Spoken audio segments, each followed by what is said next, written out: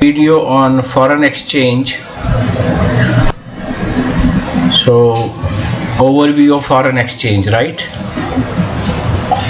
So what I feel is we shall be learning a lot of things how the foreign exchange work. That this will be a very important video. And before that, thank you everyone for subscribing to my YouTube channels, liking it, and I have views. More than 3 lakhs people have already watched my videos, so that confirms that you're finding it useful and very learnable. You're learning a lot of things, and my website is getting a tremendous response. So BankTekSkills.com, do log in. It is a platform available for your lifetime by paying a very nominal amount. So I think that will add to your knowledge, and since I have experience as a banker for 32 years and 11 years as a trainer, you will hope you will have a lot of learnings from my side, what I have learned in my career and my career and training stint. I have trained more than 25,000 bankers in my career of various banks under various topics: banking, liability sides, asset sides, third-party products, latest in banking technology, and various topics, right? So this is again an overview on foreign exchange. So we'll be learning important foreign exchange terminologies. Just to give you a basic overview about the terminologies used in foreign exchange, learn about accounting arrangements, understand the exchange rate mechanism, identify the types of rates, and learn about FIDI. The FIDI is the Association of Foreign Exchange Dealers Association of India. That is FIDI. So this is the learning objective of this video. You will be finding very interactive, and I'll be uploading more videos on these various LRS and all that. Overview of foreign exchange. Foreign exchange means exchange of currency of one country into currency of another country. Foreign trade means movement of goods and services across national boundaries. Exchange control and trade control means the government imposed control on free conversion of local currency into foreign currency and vice versa, INR into dollars or pound sterlings or yen or yuan or euro also, right? So FEMA is a Foreign Exchange Management Act which was passed in 1999. It replaced FERA. The objective of FEMA is to consolidate and amend the laws relating to foreign exchange with the object of facilitating external trade and payments, of promoting orderly development and maintenance of foreign exchange market in India. So again, this is to help exporters and importers doing business at ease. The aim of FERA were to conserve foreign exchange resources, control transactions directly, indirectly, affecting the foreign exchange, and prevention of leakage of foreign exchange, commission, exchange, and brokerage. So the approach FEMA is radically different from FERA, which was earlier. FERA is Foreign Exchange Regulation Act. FEMA is Foreign Exchange Management Act. So FERA has been replaced by FEMA nowadays, and FEMA is the act which is controlling export and import of the country. From conservation of facilitation and from control to regulation. Made drastically, provision of FERA has been removed from FEMA because after globalization a lot of changes took place. The FERA was having some drastic provisions which have been removed in FEMA. It extends to whole of India, applies to all branches, offices and agencies outside India owned and or controlled by a person resident in India. Salient provisions of FEMA: free transactions on current account subject to reasonable restrictions that may be imposed, RBI control over capital account transactions, control over realization of exports proceeds, delays in foreign exchange through authorized persons such as authorized dealers, money exchangers and offshore banking units. So AD, authorized dealers, are those branches of various banks authorized by RBI to deal in foreign exchange. Adjudication of any offence committed by any exporter or importer, that is decided by FEMA. And Directorate of Enforcement, this is just like DE for foreign exchange, Directorate of Enforcement of various laws and guidelines given to various exporters and importers. Authorized persons means authorized dealer, money changer of offshore banking unit, authorized to deal in foreign exchange or foreign securities by RBI. Foreign security means any security in form of shares, stocks, bonds, debentures, and other instruments denominated or expressed in foreign currency itself. Some important features, definitions. Person can be individual, Hindu, undivided family, HUF, a company, a firm, partnership firm, LLP, association of persons, body of individuals, every artificial judicial persons not falling in above category, and any agency, office or branch owned by or controlled by such persons. So this is how we define person to deal in foreign exchange. Person resident in India who resides in India for more than 182 days in preceding financial year.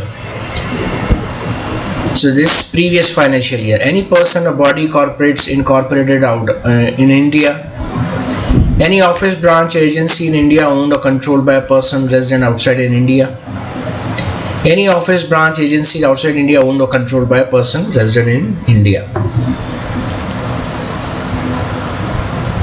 So some important definitions, categories of ADs, authorized dealers, branches. Category A, branches who maintain independent foreign currency accounts with overseas correspondents and branches like Nostro and Vostro in their own names, specialized integrated treasury branches or SITB. Specialized integrated treasury branches is only A category branch.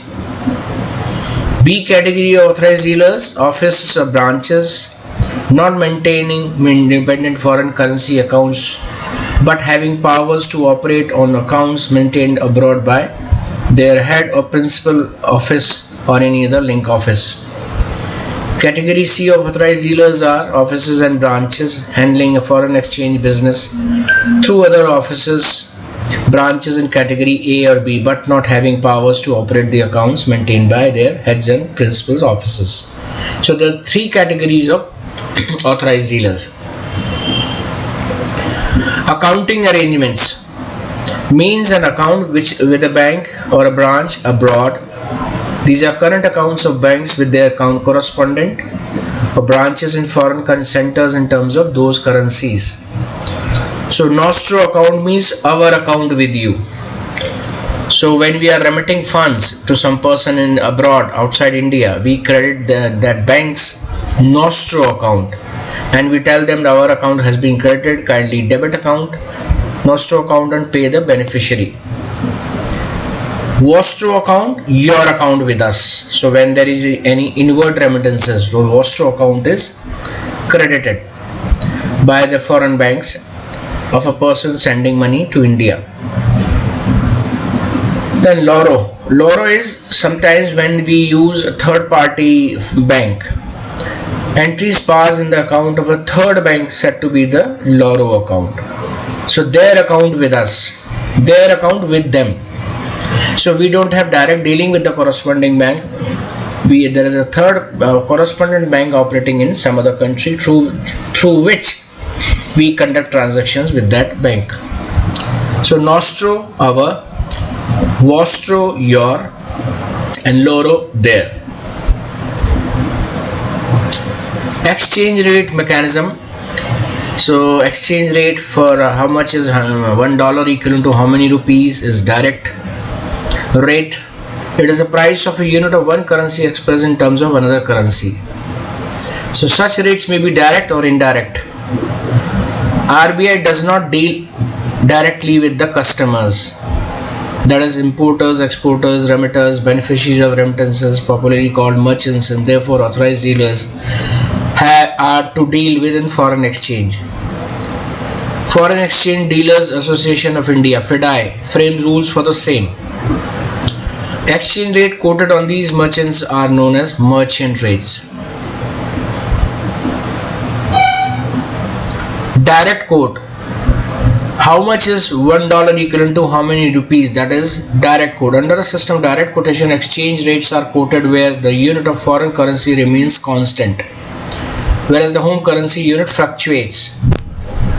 So $2 would be equivalent to 128.20 rupees INR. Here $1 is equal to 64.10. So foreign currency remains constant. So that is called direct rate. Indirect rate, when the foreign currency remains variable, Indian currency remains constant. Home currency 100 rupees is equivalent to how many dollars? 1.56. We call them indirect quotations. So there are types of rates depending on the transactions that we are having in the account. Cash or ready rates, when the deal is entered into and settlement is done on the very same day, then it is called cash oblique ready at T plus 0. T means time. So on the same day, T means there is no lag, there is no time lag. Then TOM, TOM, when the deal is entered into but the settlement is done on the next working day, TOM, that is T plus 1. Where the cash settlement is to take place after 2 working days, T plus 2, spot rate, from the date of contract. We call it spot rate. And if it is more than 2 days, we call it forward rate. So we have to book a forward rate. We are crystallizing any exchange risk in the exchange rate. Forward rates are generally quoted as margin against spot rate. That is after second day. For currency concerned, margin may be represented as premium or discount, as the case may be. Premium is a value of exchange in excess of spot rate. So when the demand is high, so we quote higher premium for spot rate. Spot rate is T plus 2. In relation to forward exchange, it means that currency is dearer for future delivery than for the spot delivery. Currency dealer is for forward purchase than spot purchase. Forward contract is also booked. Discount value below the exchange rate below the spot rate. In relation to forward exchange, it means that currency is cheaper for future delivery than for spot delivery. Cheaper for forward purchase or than spot purchase. So currency is cheaper here, so we are discounting it. When it is costly, we add premium to it. A similar procedure is followed when working out the forward rates for quoting at customers who desire to enter into forward contract, forward sale or purchase contract with the bank. So there the exchange rate is crystallized, it will remain the same. In actuality market, it may go up, down or go up. That risk is capitalized. Forward premium and discount for each currency is taken into account and the rate for required forward rate is arrived at.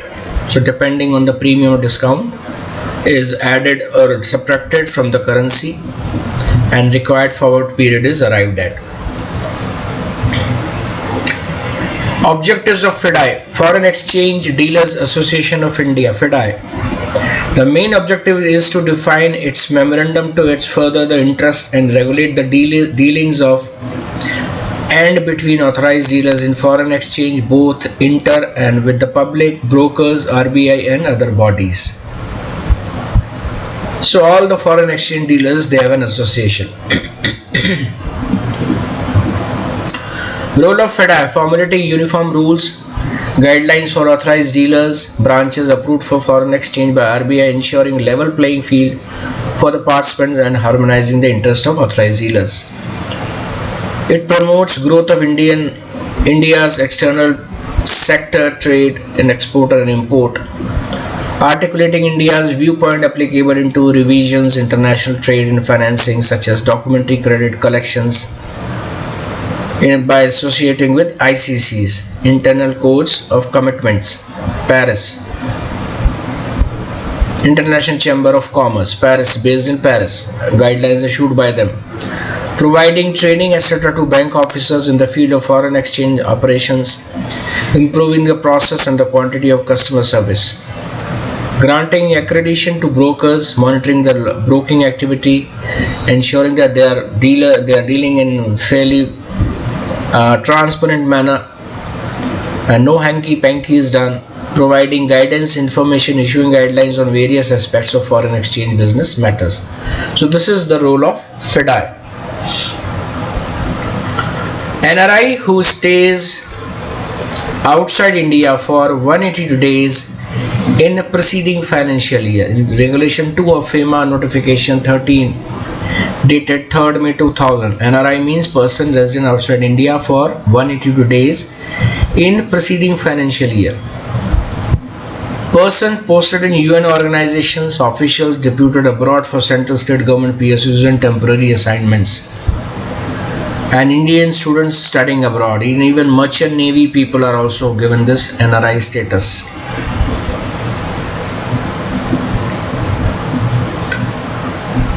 Indian who go abroad for following purposes are not treated as NRIs. If you are going for tourism, business promotion, receiving training, obtaining medical treatment, sports, cultural activities, Indians or PIOs residing in Nepal, Bhutan, Pakistan, Bangladesh, crew members working for shipping airline companies posted in India, and those companies whose registered offices are India. If they are posted abroad and their registered offices are abroad, they are treated as NRIs, crew members of shipping company or airline companies.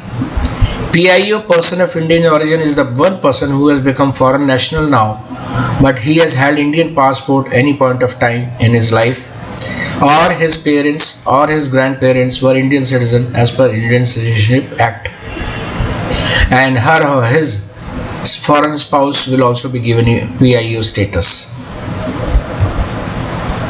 So PIO I have already explained. Other than citizens of Pakistan and Bangladesh, Indian passport, and parents, grandparents were Indian citizens as per Constitution of India according to Citizenship Act 1955. Account maintained by NRIs, NRO, for local credits. Inward remittance can also be credited. But this is for local payments and receipts, NRO. Existing account can also be classified as NRO. Maintained in terms of any liability accounts, savings, current, term deposits, RD. And he becomes non-resident, his existing account is also designated as NRO. Interest is taxable. TDS is very high, 31.2%. That includes cess also. NRE accounts for inward remittances can be opened only. No local credits. Repatriation is fully allowed. Maintained in terms of savings, current, term deposits, RDs. Interest exempt from income tax. There is no TDS here. But in NRO account, funds are transferable, repatriable up to $1 million per financial year with approval of RBI and Chartered Accountant certificate. NRE, it is fully repatriable without any approval or restrictions. FCNR, here only FD is open in foreign currency. Interest is also credited in foreign currency. Accepted in free convertible currencies. 6 currencies are there only from inward remittances. Repatriation permitted freely. Funds have been remitted from abroad. Maintained only in form of term deposits. Only term deposits is allowed to be opened in FCNR. And no TDS on this. And if it is withdrawn before 1 year, no interest is to be paid in FCNR. And every bank decides its own interest on FCNR or NRE accounts. NRO is as good as domestic rate of interest.